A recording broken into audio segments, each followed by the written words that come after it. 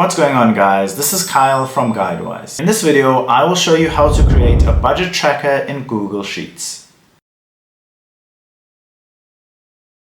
Start off by creating a new sheet in Google Sheets. Then give it a name, maybe budget tracker. Then add your categories. So as you can see, I have added date, what I bought, the category, amount, and total. So if I would like to calculate the totality of everything I have spent for a month, I will go to my total column, select the cell, type in equals sum, hit enter, and then highlight the totals. But if I need to add more information, I want it to automatically be added to the total. So I will drag it down further and hit enter. So far I have spent 191. Now if I add more money, we will see that my total will increase. I can also use conditional formatting to highlight overspending. So in the amount column, I will select D to highlight everything, then go over to format in the top row, scroll down to conditional formatting. Where it says format cells if, select that and scroll down to greater than, and then type in a value or formula. So I will just type in 120 and then add a color. Let's make it red and then select done. So if I spend something for 120, I will be okay. But if I go over that, it will then be highlighted as red.